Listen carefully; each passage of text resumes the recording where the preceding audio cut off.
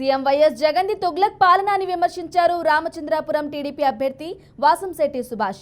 దేశంలో రాజధాని లేని రాష్ట్రం ఏదైనా ఉందంటే అది ఏపీ మాత్రమేనన్నారు. వైసీపీలో ఇమడలేకే టీడీపీలో చేరినట్లు సుభాష్ తెలిపారు. 5 ఏళ్ల వైసీపీ పాలనపై ప్రజలు విరక్తితో ఉన్నారని చెప్పారు. ఇసుక మాఫియా వల్ల సామాన్య భవన నిర్మాణ కార్మికులు తీవ్ర ఇబ్బందులు పడుతున్నారని, నిత్యావసరాలు, పెట్రోల్, విద్యుత్ బిల్లులు పెరిగిపోయాయని ప్రజలు వాపోతున్నారని తెలిపారు. సంక్షేమ పథకాల పేరుతో ₹1 ఇచ్చి ₹10 దోచుకుంటున్నారని ఆరోపించారు వాసంశెట్టి సుభాష్. కోనసీమ జిల్లా రామచంద్రాపురం టీడీపీ ఎమ్మెల్యే అభ్యర్థి వాసంశెట్టి సుభాష్ గారు ప్రస్తుతం మనతో ఉన్నారు. ఎన్నికల ప్రచారంలో దూసుకుపోతున్నారు. అసలు ప్రజల నుంచి ఎలాంటి రెస్పాన్స్ వస్తుందో ఆయన మాటలను వినే ప్రయత్నం అయితే చేద్దాం. నమస్తే అండి. నమస్తే. ఎన్నికల ప్రచారం ఏ విధంగా జరుగుతుంది? మొట్టమొదటిసారిగా మీరు పోటీ చేస్తున్నారు కదా, ప్రజల నుంచి ఎలాంటి రెస్పాన్స్ ఉంది? ఎన్నికల ప్రచారం చాలా అట్టహాసంగా ఏదో పండగ వాతావరణంలో జరుగుతూ ఉంది. ప్రజలందరూ కూడా ఈ వైఎస్ఆర్సీపీ ప్రభుత్వం 5 ఏళ్ల ప్రభుత్వం మీద పూర్తి విరక్తి మీద ఉన్నారు. వాళ్ళు ఏదైతే సంక్షేమ పథకాలు ఉన్నాయో ఆ సంక్షేమ పథకాలు మాత్రం ఇస్తూ ముఖ్యమైన పథకాలని ఏదైతే బీసీలకి ఎస్సీలకి దూరం చేశారో వాటి మీద పూర్తి విరక్తితో ఉన్నారు. ఏదైతే ఎస్సీ బీసీ కార్పొరేషన్ లోన్లు ఉన్నాయో అవి తీయటం బ్లండర్. సో దాన్ని పూర్తిగా వ్యతిరేకిస్తూ ఉన్నారు. అలాగే ఇంకా చాలా పథకాలని విదేశీ విద్య ఇలాంటి పథకాలను తీసేయడంతో ఇటు ఎస్సీలు అటు బీసీలు కూడా ఈ ప్రభుత్వం మీద వ్యతిరేకత ఉంది. సామాన్య ప్రజలైతే విపరీతంగా ఏదైతే నిత్యావసర సరుకులు పెరిగిపోయాయో, అలాగే కరెంటు బిల్లులు పెరిగిపోయాయో, ఈ పెట్రోల్ ధరలు పెరిగిపోయాయో ఇవన్నింటి మీద వ్యక్తం ఉన్నారు.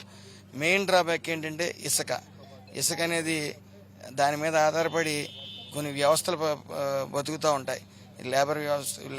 లేబర్ కానీ, అదేవిధంగా పెయింటర్స్ కానీ, ప్లంబర్స్ కానీ, ఎలక్ట్రీషియన్స్ కానీ,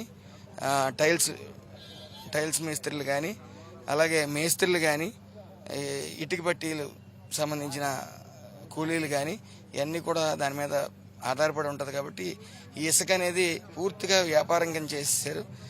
పూర్తిగా వ్యాపారం చేసేసిన నేపథ్యంలో ప్రభుత్వం మీద పూర్తి వ్యతిరేకత ఉంది.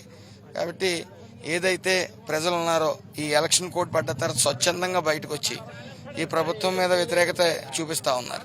అసలు మీరు వైసీపీ నుంచి టీడీపీలోకి రావడానికి కారణం ఏంటి? అసలు ప్రత్యేకించి అక్కడ ఏం సమస్యలు ఎదుర్కొన్నారు? మరి ఏం జరిగింది అసలు? యాక్చువల్గా తుగ్లక్ పాలన కింద ఉంది ఇది. ప్రస్తుతం మెయిన్ డ్రాబ్యాక్ ఏంటంటే మనకి దేశంలోనే లేదనుకుంటా రాజధాని లేని రాష్ట్రం అంటూ ఉందంటే బహుశా మనొక్క రాష్ట్రమే అనుకుంటాను. రాజధాని లేని రాష్ట్రం అయితే కానీ ఈ తుగ్లక్ పాలన కింద ఉంది. ఏది కూడా ప్రజలకి ₹1 పథకాలు చెప్పిన ఇవ్వటం, ₹10 తీసుకుపోవడం కింద ఉంది. అదేవిధంగా చుట్టూ ఉన్న వాళ్ళందరూ కూడా వ్యతిరేకతతో ఉండి నేను ఆ పార్టీలో కొనసాగడం అనవసరమని, అదేవిధంగా నేను సెట్టిబెల్జీ సామాజిక వర్గానికి చెందినవాడిని. ఆ సెట్టిబెల్జీ సామాజిక వర్గానికి పూర్తి అన్యాయం చేసింది. ఈ నేపథ్యంలో ఇంకందులో ఎమ్మడలేక సాటి సంఘీయులందరూ కూడా నా శ్రేయభిలాషులు ఈ పార్టీలో ఉండటం అంత శ్రేయస్కరం కాదు, బయటికి వెళ్ళిపోవడమే మంచిదని చెప్పడంతో నేను కూడా ఆలోచన చేసి బయటికి రావడం జరిగింది. అంటే మీరు రామచంద్రపురం నియోజకవర్గ వ్యాప్తంగా ప్రచారం చేస్తున్నారు కాబట్టి ప్రజల నుంచి ఎలాంటి సమస్యలు ఉన్నాయని చెప్పడం జరుగుతుంది మీకు? ముఖ్యంగా డ్రైనేజ్ సమస్య అనేది ప్రముఖంగా రామచంద్రపురం నియోజకవర్గం అంతా ఉంది. ఏదైతే రామచంద్రపురం ఉందో ఇటు తోట త్రిమూర్తులు గారు కానీ ఎమ్మెల్సీ, అటు బోసు గారు రాజ్యసభ సభ్యుడు కానీ, ఇటు వేణు మంత్రి కానీ 5 ఏళ్లు పాలించి అభివృద్ధి అనేది శూన్యం. ఒక రోడ్లు వేయలేదు, అలాగే ఒక డ్రైన్ సమస్య, అలాగే శ్మశాన వాటికలు విషయంలో చాలా ఇబ్బంది ఉంది. రైతుల సమస్యలు కూడా అధికంగా ఉన్నాయి.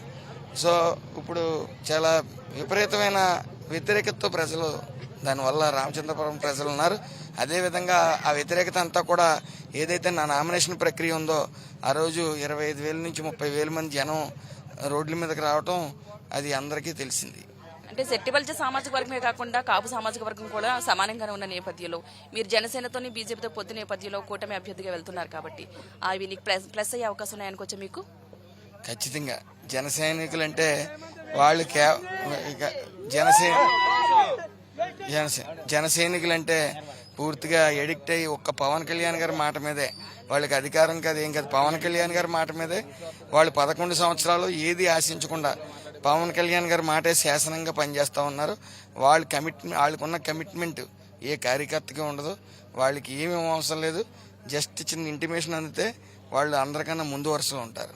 ప్రజలు కనుక మీకు అవకాశం ఇస్తే ఈసారి మిమ్మల్ని గెలిపిస్తే కనుక ఎలాంటి అభివృద్ధితో ముందుకు వెళ్తారు ఈ రామచంద్రపురం నియోజకవర్గ వ్యాప్తంగా?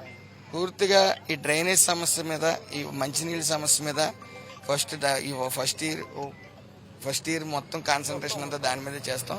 ఇటు వాటర్ అవసరమే, అది డ్రైనేజ్ కూడా అవసరమే. కాబట్టి ఆ రెండింటి మీద కాన్సన్ట్రేట్ చేసి స్టార్ట్ అవుట్ చేసిన తర్వాత మిగతా వెళ్తాం. థ్యాంక్ యూ అండి. రామచంద్రపురం నియోజకవర్గాన్ని అభివృద్ధి పథంలో దూసుకెళ్తామని చెప్పడం జరుగుతుంది.